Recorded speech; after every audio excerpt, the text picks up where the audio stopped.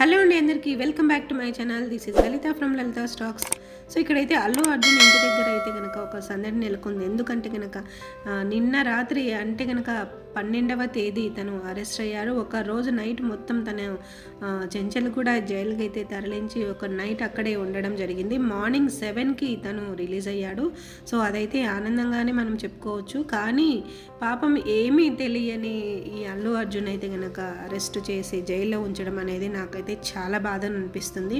ఎందుకంటే వాళ్ళకు స్టార్డమ్ అనేది ఒక్క రోజులో రాలేదు. ఎంతో వాళ్ళు కష్టపడి కొన్ని నిద్రలేని రాత్రులు గడిపింటారు, కొన్ని టైంకి తినని రోజులు గడిపింటారు. అలా కష్టపడి ఇంత స్థాయికి వచ్చాడు. ఎంతో ఫ్యాన్స్ ఫాలోయింగ్, ప్రేక్షకులు అయితే కనుక వాళ్ళకి చేతులెత్తి దండం పెట్టే అంత స్టేజ్కి వాళ్ళు వచ్చినారంటే అది మామూలు విషయం కాదు. అంత కష్టపడితేనే వాళ్ళు ఈ స్టేజ్కి వచ్చారు. అలాంటిది పుష్ప 2 ప్రీమియర్ షోకి అక్కడ కొట్టుకోవడం, జనాలు ఒకరి మీద ఒకరు పడడం వల్ల ఒక రేవతి అనే మహిళ మృతి చెందిన విషయం అందరికీ తెలిసింది.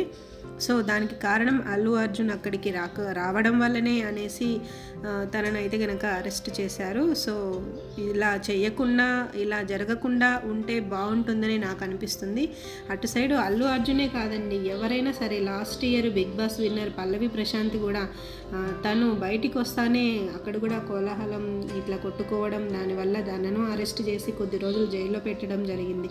సో ఇవన్నీ చూసుకున్నట్లయితే కనుక వీళ్ళు ఎంత కష్టపడి ఇంత స్టేజ్కి వచ్చి ఇలాంటి వాటికి అరెస్ట్ కావడం, కనీసం వాళ్ళు ఆ విన్ అయిన ఆ సక్సెస్ను కూడా వాళ్ళు ఎంజాయ్ చేయలేకపోతున్నారనేసి నాకైతే ఇంకా చాలా బాధ అనిపిస్తుంది. అలాగే అల్లు అర్జున్ ఇలా అరెస్ట్ కావడానికి రాజకీయ కోణంగా కూడా మనము ఆలోచించుకోవచ్చు అనేసి కూడా తెలుస్తుంది. అలాగే ఇక్కడ ఇంకొక విషయం ఏంటంటే అల్లు అర్జున్ అక్కడ చేసింది ఏమీ లేదు. అంటే సంధ్యా థియేటర్కి ఒక ఇంటిమేషన్ ఇచ్చి వెళ్ళింటే సరిపోయింది. ఇంటిమేషన్ ఇవ్వకుండా వెళ్ళడం వల్ల అక్కడ ఆ గొడవ అనేది జరిగిందనేసి చెప్పుకుంటున్నారు.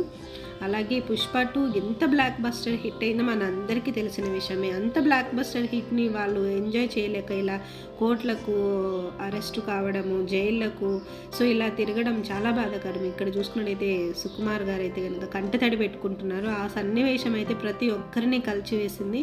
తను ఏం చేయాలో కూడా దానికి అర్థం కాని పరిస్థితి నెలకొంది. అలాగే అల్లు అర్జున్ ఫ్యామిలీ మెంబర్స్ అయితే ఇప్పుడు వాళ్ళ భార్య స్నేహ రెడ్డి కావచ్చు, అలాగే పిల్లలు కావచ్చు, వాళ్ళు ఎంత బాధపడిపోతుంటారు. వాళ్ళు ఎందుకంటే కనుక ఇంతవరకు ఎంతో సక్సెస్ని చూశారు, ఎంతో కష్టపడ్డారు.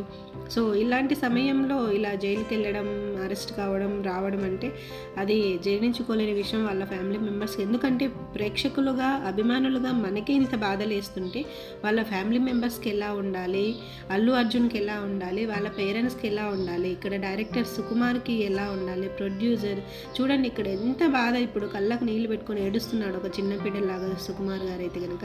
సో ఇదంతా అయితే నాకు చాలా బాధ అనిపిస్తుంది.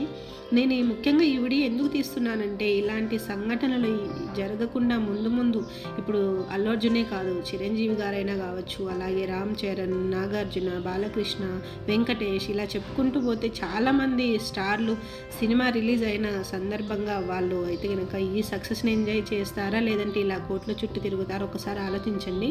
సో ప్రేక్షకులందరూ ఒక్కసారి సంయమనం పాటించి రిలీజ్ అయినప్పుడు ఒకరి మీద ఒకరు పడకుండా, తోపులాడుకోకుండా, కొట్టుకోకుండా ప్రశాంతంగా సినిమా చూసి ఇంటికి రాగలరు అనేసి నేను ఈ వీడియో తీస్తున్నాను. ఎందుకంటే ఇది ఒక గుణపాఠం కావాలి ప్రతి ఒక్కరికి. సో ప్లీజ్ దయచేసి వాళ్ళ కష్టాన్ని, వాళ్ళ బాధని మనం అర్థం చేసుకుని సంయమనం పాటిద్దాం. అలాగే ఈ వీడియో నచ్చితే ఖచ్చితంగా షేర్ చేయండి, లైక్ చేయండి, సబ్స్క్రైబ్ చేయండి. సో మళ్ళీ ఇంకొక మంచి వీడియోతో నేను మళ్ళీ మీ ముందుకు వస్తాను. Bye bye.